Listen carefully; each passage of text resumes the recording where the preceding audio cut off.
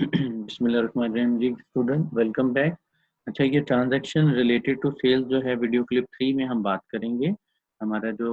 Week है 12 और इसमें जो वीडियो क्लिप 3 जो है हम ट्रांजैक्शन रिलेटेड टू सेल इसके बारे में। इससे पहले हम परचेजिंग से रिलेटेड जो ट्रांजैक्शन थे उस पर हम बात कर रहे थे, ठीक है स्टूडेंट। तो अभी जो है ट्रांजैक्शन रिलेटेड टू सेल है, सेल की जो ट्रांजैक्शन है वो थोड़ी सी पहले हमने परपेचुअल और पीरियडिक के पॉइंट ऑफ व्यू से उसको जो है डिस्कस किया था। यहाँ पे कुछ जो है additionally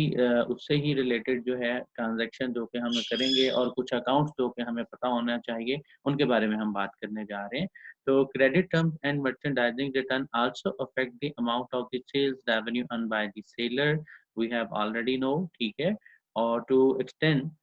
the that credit customer take advantage of cash discount or a return merchandising for refund,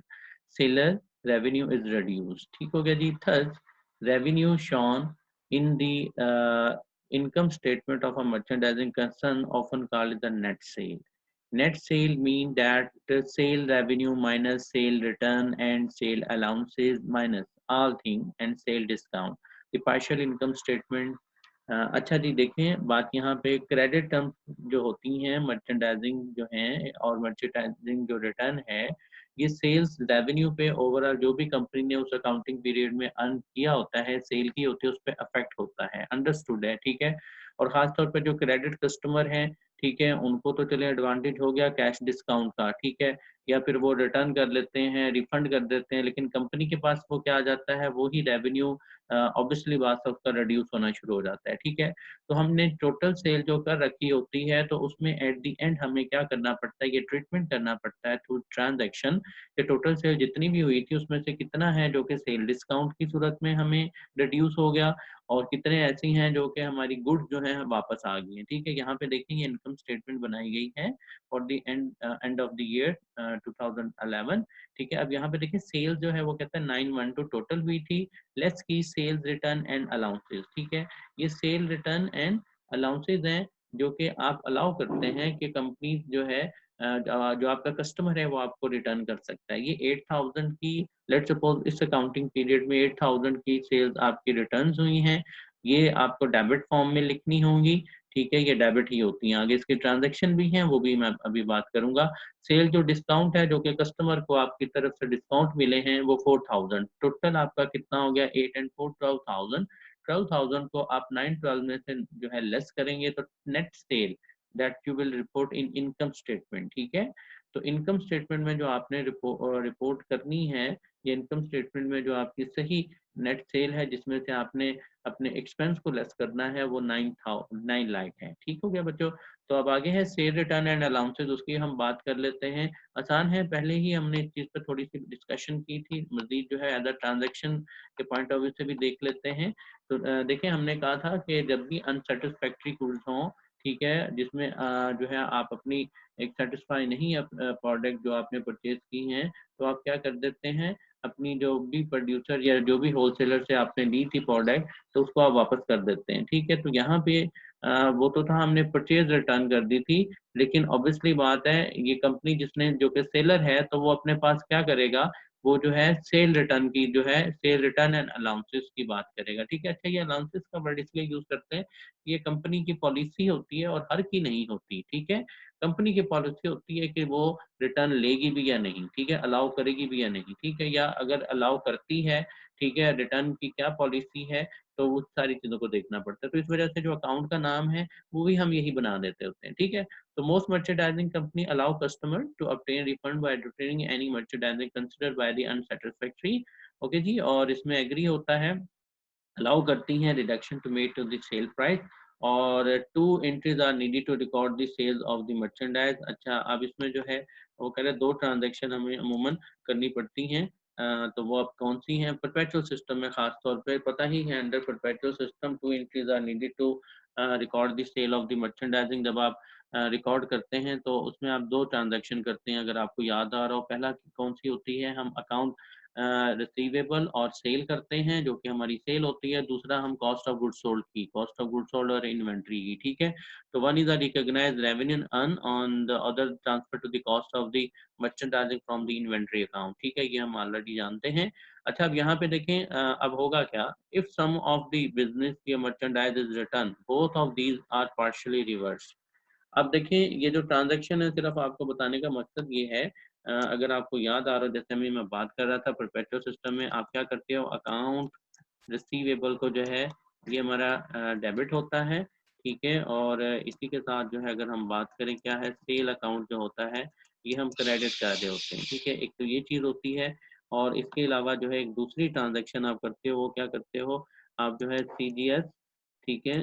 CGS, ठीक है, कॉस्ट ऑफ गुड्स सोल्ड जो है ये आप डेबिट करते हो, ठीक है। और इसी के साथ जो है आप क्या करते हो, जो इन्वेंट्री अकाउंट होता है हमारा, ठीक है, उसको हम क्या कर देते हैं, क्रेडिट कर देते हैं। ये ट्रांजैक्शन होती है। अच्छा, अब इसमें ये है कि अगर हमें करना पड़ जाता है, आई मीन के रिवर्ट, अब आपने ये प्रोडक्ट सेल की हैं, ये कॉस्ट ऑफ गुड्स सोल्ड बन गया, तो इनको हमें रिवर्ट करना पड़ेगा, ठीक है। अब वो क्या है, sale return and allowances. Sale जो आपकी क्रेडिट थी वो अब क्या हो जाएगी, आप डेबिट करेंगे, एक तो ये ट्रांजैक्शन होगी, ठीक है। इसको रिवर्ट करते हैं तो क्या होगा, सेल रिटर्न, आप सेल, अब उसमें सेल को नहीं लिखेंगे आप, साथ उसमें वर्ड यूज करेंगे, सेल रिटर्न एंड अलाउंसेस, ठीक है, ये वर्ड आपने यूज किया 1000। और अकाउंट रिसीवेबल जो था वो आपका डेबिट था, या इवन के कैश भी अगर है तो वो भी आप इधर लिख सकते हैं। आई मीन कि अगर आपने कैश पेमेंट ली हुई थी और इसके बावजूद कस्टमर वापस कर रहा है तो उसमें भी आप कोई हर्ज नहीं है, जो है वो जो है वापस करना पड़ेगा, ठीक है। तो अकाउंट रिसीवेबल जो है या कैश हमारा 1000, और सेल रिटर्न जो है हमारा 1000, ठीक है। तो customer return merchandising purchase on account for the 1000, allow customer full credit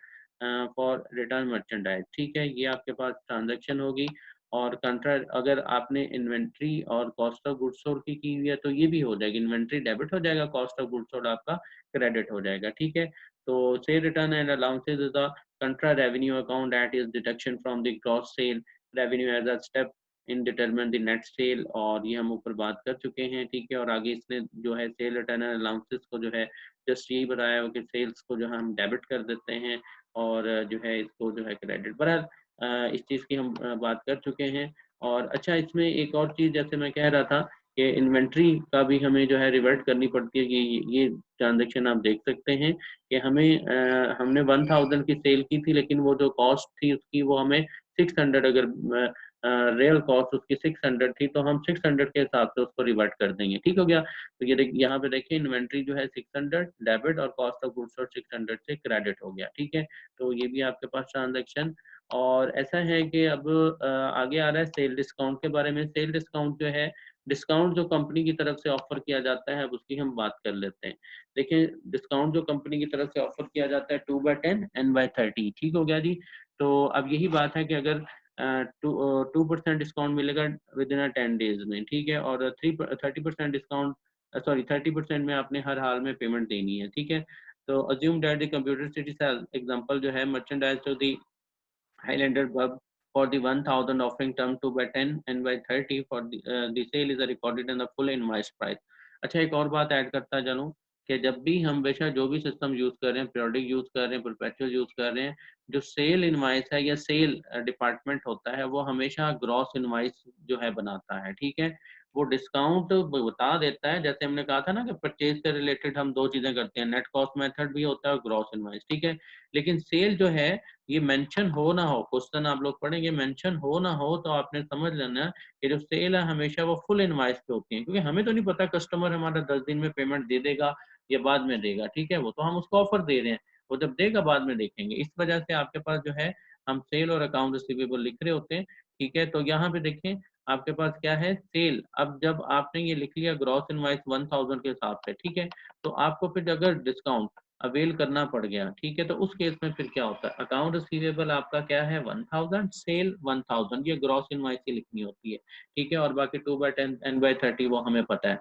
अगर इस कंपनी को हमने ये चीजें जो है ये प्रोडक्ट हमने सेल की थी और उस हिसाब से हमने जो है अपने पास लिख लिया, ठीक है। अब हम बात करते हैं इफ द हाईलैंड पब जो है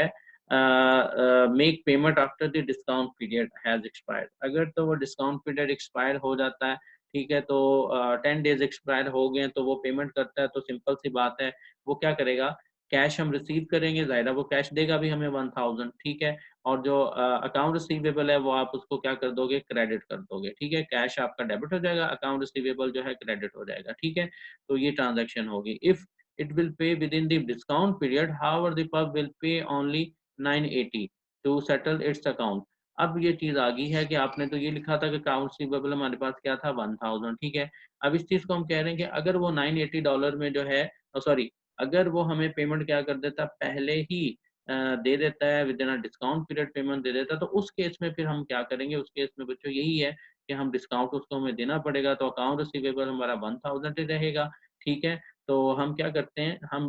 जो है कैश को जो है 980 करेंगे, आगे इसने किया होगा, मैं इसको देख लेता हूँ, ठीक है, हाँ जी, कैश को आप क्या करेंगे, कैश को 980 करेंगे और सेल डिस्काउंट को 20 करेंगे, ठीक है, अकाउंट रिसीवेबल 1000 वैसे ही रहेगा, ठीक है, तो ये ट्रांजैक्शन है जो कि आपको करनी पड़ जाएगी अगर आपका जो क्लाइंट है, कस्टमर है, वो आपको पेमेंट पहले दे देता है, ठीक है, तो सेल डिस्काउंट जो है ये उसकी ट्रांजैक्शन थी और ये ग्रॉस पॉइंट ऑफ व्यू से हमने कैलकुलेशन करनी होती है। बाकी आगे जो आपके पास पॉइंट है वो डिलीवरी एक्सपेंस से है, डिलीवरी एक्सपेंस के जैसे ट्रांसपोर्टेशन एक्सपेंस की बात की थी, इसी तरह से सम टाइम कंपनीज जो है डिलीवरी एक्सपेंस भी जो है मेजर करती है खुद से ही, तो उसको डिलीवरी एक्सपेंस में हम लगा देते हैं, डिलीवरी एक्सपेंस डेबिट हो जाता है, और जो आपके पास ये कॉस्ट ऑफ गुड्स सोल्ड में भी सम टाइम आप जो है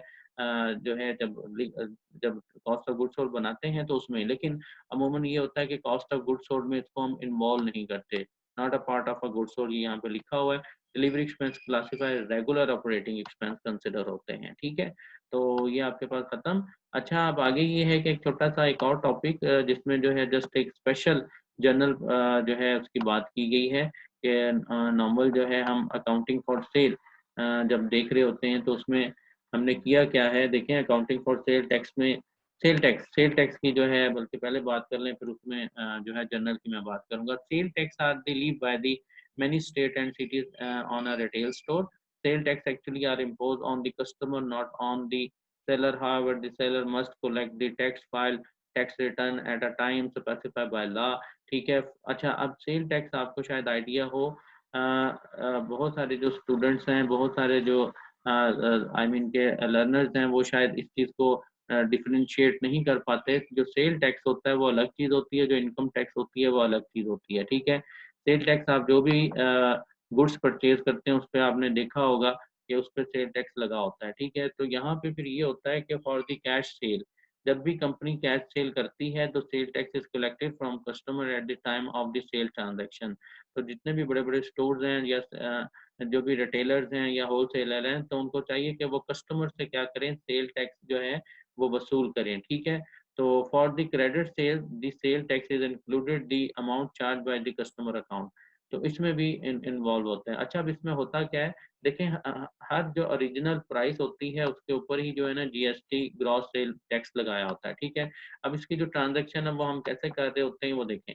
आपने अगर कैश में सेल किया, आपने ये देखें सेल किया आपने 1000 की, ठीक है, तो उस पे 1000 की वो प्रोडक्ट थी, लेकिन उस पे जो 7% सेल टैक्स है, 7% सेल टैक्स है, और अमूमन आप जो प्राइसेस देखते हैं ना प्रोडक्ट की, ठीक है, उस पे सेल टैक्स इंक्लूडेड करके आपसे रिटेलर या होलसेलर टोटल पैसे ले लेता है, आपको ये नहीं वो कहता कि 1000 की चीज है और उस पे जो है 7% या 5% या 10% टैक्स लगा रहे हैं सेल टैक्स, ठीक है, वो आपको टोटल लमसम अमाउंट ही बताता है, ठीक है, लेकिन वो अपने पास जो ट्रांजेक्शन करेगा वो क्या कर रहा होगा, ठीक है, खासतौर पर जो बड़े स्टोर हैं जैसे लाइक मेट्रो वगैरह, तो उनकी अगर एडवाइस आप सामने रखें तो आपको उसमें वाज़ेह नजर आ जाएगा, ठीक है, सेल जो है आपकी 1000 और सेल टैक्स जो है वो कहते हैं इस पे क्या है, ये आपका क्या है, ये भी क्रेडिट ही, इसको हम दोनों को क्रेडिट कर रहे हैं, ठीक है, but we are receiving from customer, या रिसीव करना है द अकाउंट रिसीवेबल 1070, ठीक है, 1070 रुपए हमने कस्टमर से लिए हैं, उनमें से 1000 की चीज हमारी सेल हुई है और 70 जो है हमने क्या है सेल टैक्स जो कि हमने रिसीव तो कर लिया, but it is a payable, और एट दी एंड कंपनी फिर देखती है तो उसमें गवर्नमेंट को कितना सेल टैक्स पे करना है, तो या नॉर्मल जो भी एक रिटेलर होलसेलर जिससे उसने परचेज किया तो वो 70 रुपीस या डॉलर जो है सेल टैक्स पेबल बन जाता है। ठीक है, इस तरह से वो हो जाता है। ठीक है, तो बाकी आगे स्पेशल जर्नल है जो कि नेक्स्ट हम रिकॉर्डिंग में करते हैं, जो मैं बात कर रहा था, तो ये भी आपके जो है नॉलेज में चले, पता होना चाहिए। ठीक है क्लास।